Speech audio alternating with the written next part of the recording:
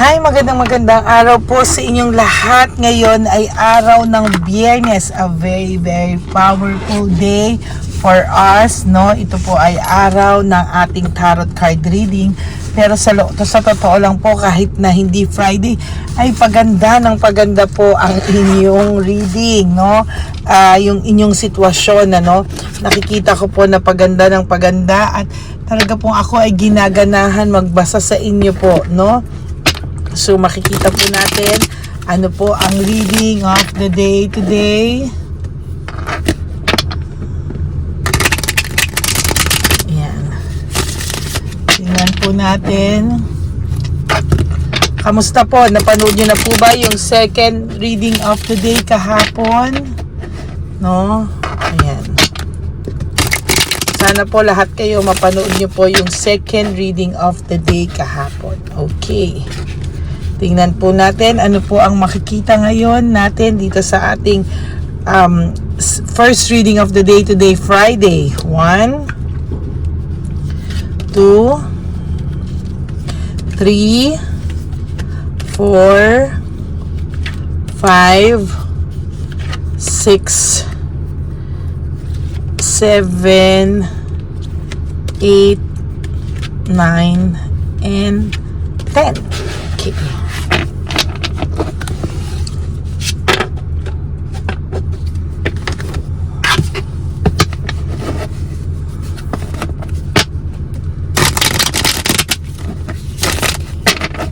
Kamusta po ang araw nyo ngayong Biyernes na ito, no?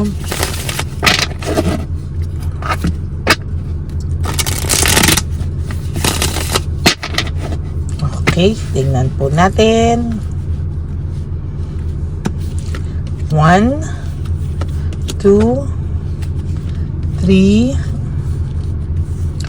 4, 5, 6, 7, 8, 9, and 10. Okay.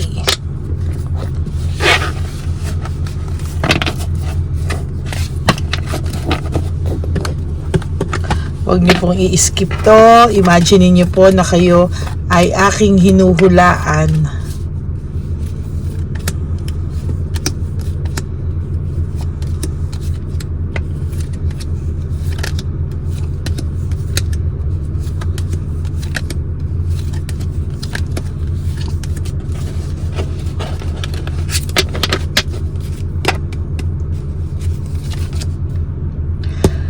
Uy, first card is all about fear and confusion. Your person has fears na nag-lead po sa confusion. Confused po itong taong to at may takot po siyang nararamdaman sa mga oras na ito. Oh my God, ano ba to? Tingnan niyo po, may reflection ng nangyayari. Tinitingnan niya po kung tama daw po ba niyang nahusgahan ka? Kung tama daw ba yung mga tingin niya sa situation? No? Kasi pinalabas po nito na ikaw pa yung may kasalanan sa lahat. And somehow, ngayon nagre-reflect siya. Iniisip niya po yung mabubuting nagawa mo sa kanya, good and bad. Hiyang-hiya ko sa taong to. Siya na yung nanloko sa'yo, siya pa yung ganyan. Okay. Siya pa yung nag-iisip, no, kung tama ba yung mga panghuhusga at tama daw ba yung mga nangyari between the two of you, tama daw ba yung mga or wrong judgment daw ba ang nangyari dito, no?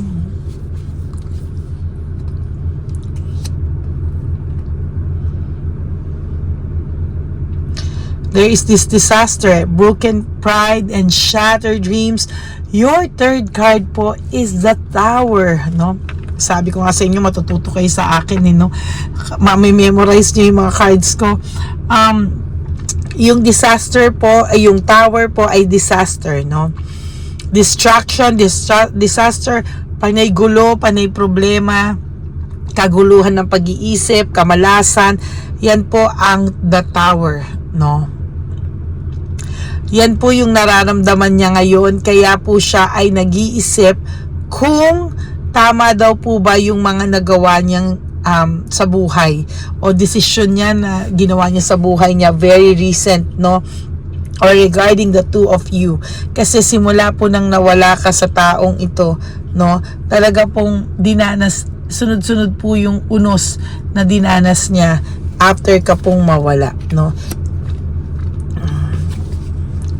Nahihirapan po siyang magdesisyon kung ano daw po yung tamang dadaanan niya, o kung ano po ba yung tamang gagawin niya. Nahihirapan po ang person yung magdesisyon, lalo na po ang person nyo ay matigas, lalo na po yung person nyo parang ayaw magpabali, no?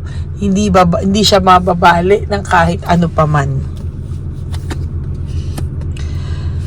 Passion and high standard, kahit ano po ang gawin nito ngayon, kahit na pakita niya po na he's busy with his life, he's happy, no, kabaliktaran po lahat ang nangyayari.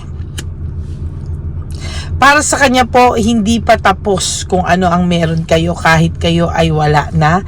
Di lang po niya ngayon, there's loss of balance. Disorganized lang po siya ngayon at na-overwhelm lang po siya sa mga bagay-bagay, sa mga nangyayari sa kanya. But technically, I have to tell you this, para po sa kanya, hindi pa tapos kung ano ang meron kayo. No? Kahit pa siya yung nakipaghiwalay sa iyo, there's awakening, reflection, no? Reflection. It is all about reflection. Nag-iisip po ang person mo. To be honest with you po, isip po siya ng isip. At talagang kung sasabihin ko po sa iyo ngayon ay talagang hindi po ito tumitigil ng kakaisip, no? May tensyon din pong nangyayari sa kanila ng third party ni Chabilitang Palaka or ni Shocks. Talaga pong may tensyon akong nakikita dito.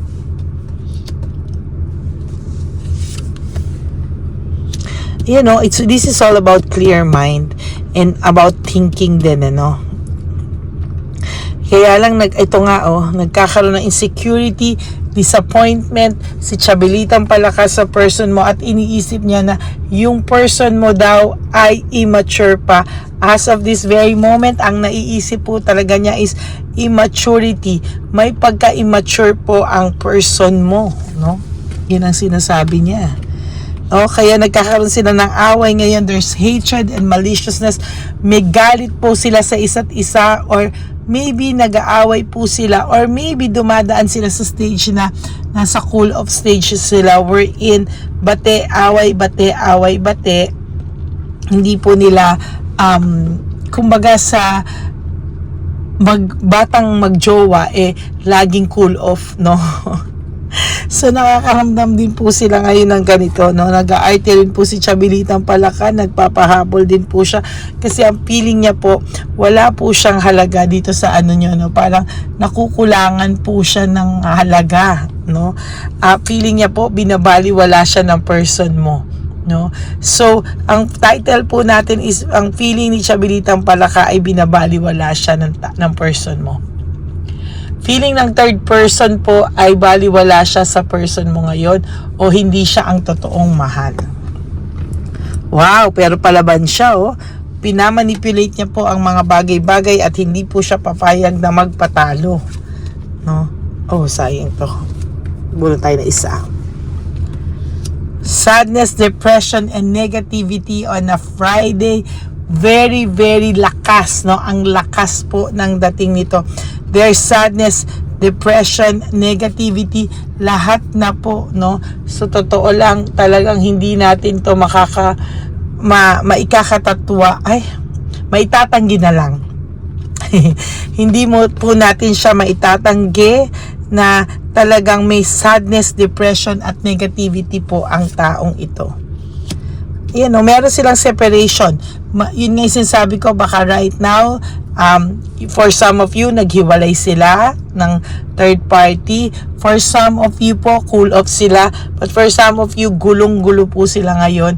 Pero yung iba naman po sa inyo, the more silang magulo, the more silang magpe-pretend, because they are protecting their image. Ano ba yan? It's all about image. Panay pag-i-image. Ayan, ano? Oh my God. Selfishness, jealousy, and insecurity. Ito po ang nararamdaman ni Chabelitang Palaka. Gusto niya po sa kanya po lahat ng atensyon. Gusto niya sa kanya lahat. And as a matter of fact, hindi niya po makuha. Kaya yung pagsiselos niya po sa'yo, ganun-ganun na lang na halos isumpa ka po ni Chabelitang Palaka. At feeling niya pa po, hiyang-hiya ako sa kanya. Feeling niya pa po, ikaw ang panggulo sa kanila. Oh, wow. Oh. Wala ka na pong mga mas masasakit pa na pwedeng mangyari sa'yo, no? You are safe, you are protected by the divine universe. Wala ka na pong pupuntahan but to go up. Alam ko po, nasaktan ka na ilang beses, nasaktan ka na po talaga, and wala na pong ibang mangyayari sa'yo kung hindi papanik na po, no? Burned out and overstress, yan po ang nararamdaman ng person nyo ngayon. Sobra siyang burnout, sobra siyang overstress. Recently, pero magaling po ito magdrama, magaling ito magpretend, ano? Sabi ko nga sa iyo, he's a great pretender na parang, masaya ako. Excuse me po. Masaya ako. I'm having the time of my life. Pero no, huwag niyo pong bilhin. Tawanan niyo lang po. New venture and prosperity. As a matter of fact, gusto po niyang mag-iba ng gusto niya pong mag-iba ng sa iba po sa inyo, gusto mag-apply ng ibang trabaho. For some of you, gusto nila ng bagong mundo. Magulo po talaga ang isip ng person nyo ngayon, no? Hindi niya po alam paano siya sasaya. Hindi niya po alam ano yung mga pwede niyang gawin to divert yung sadness, negativity, and depression na nararamdaman niya po as of this very moment. Wala po siyang direction. See? There's lack of direction. Wala po siyang direksyong wala po siyang direksyong nakikita ngayon sa sitwasyon niya po ngayon. No, wala po. Panay ganito nakikita ko. For your last card is all about burnout, overstress, etc. Lahat po, ayan, no, burnout, overstress on a Friday. Burnout, overstress, fear, confusion. Yan ang mga nararamdaman niya. Sadness, depression, emotional immaturity. There, weakness. Lahat negative ang card niya. Hatred and maliciousness. Yan po. Yan, ganyan katindi po ang baraha ng person nyo ngayon. Ganyan po katindi ang negativity ng pagkatao niya ngayon. Okay? So that is your first reading on a Friday today, no? Ang tao po, ang third party nyo po ay nag-iinarte at nagsasabi na hindi daw siya pinapahalagahan ng inyong person at hindi daw siya ang totoong mahal. Okay? So that's it for your first reading. Maraming pong salamat, and I hope na mapanood nyo muna po ito bago kayo lumipat sa second reading of the day natin today. Maraming salamat po sa inyong lahat for always waiting, and talagang hindi po makaintay yung iba, talagang nagme-message na po at wala ka pa po bang reading. Maraming salamat po sa inyo, and I do appreciate that po, no, from the bottom of my heart. Maraming salamat po sa inyong lahat, to all my Lady Elena friends, family, and subscribers. I love you all from the bottom of my heart. And sana po, no, sa mga gusto pong malaman kung ito po talaga ay energy nyo at hindi pang general reading lang, you can message me sa Lady Elena kung willing po kayong mag-antay sa tamang panahon na itinakda sa inyo kung kailan tayo magkikita. Ay willing po akong basahan kayo ng inyong personal reading. Yung details po niyan, I will explain. Yan, dyan nyo po ako sa message sa Lady Elena. Nasa dulo po yan ng ating video. That's my only official and legit account, FB account, no? I-follow nyo na rin po ako para po pag nagra-random calls ako sa aking mga followers and subscribers ay matawagan ko kayo. Malay nyo naman po, diba? Kayo ay isa sa mga lucky na matatawagan ko. Okay? God bless you all, and sana po no skipping of ads at wag po kayong magsawang makinig sa atin. At hindi rin po ako magsasawa na bigyan kayo ng general reading for the day every day. Okay? So maraming salamat po sa inyo. And life is short, don't make it shorter by stressing yourself from all the heartaches and pains na binigay sa inyo ng kahapon. Just surrender everything to the divine universe. Just let go and let God write your life and love story. I will be back for another set of reading. Huwag po kayong mawawala at babalik po tayo. I love you all. God bless you everyone. Bye!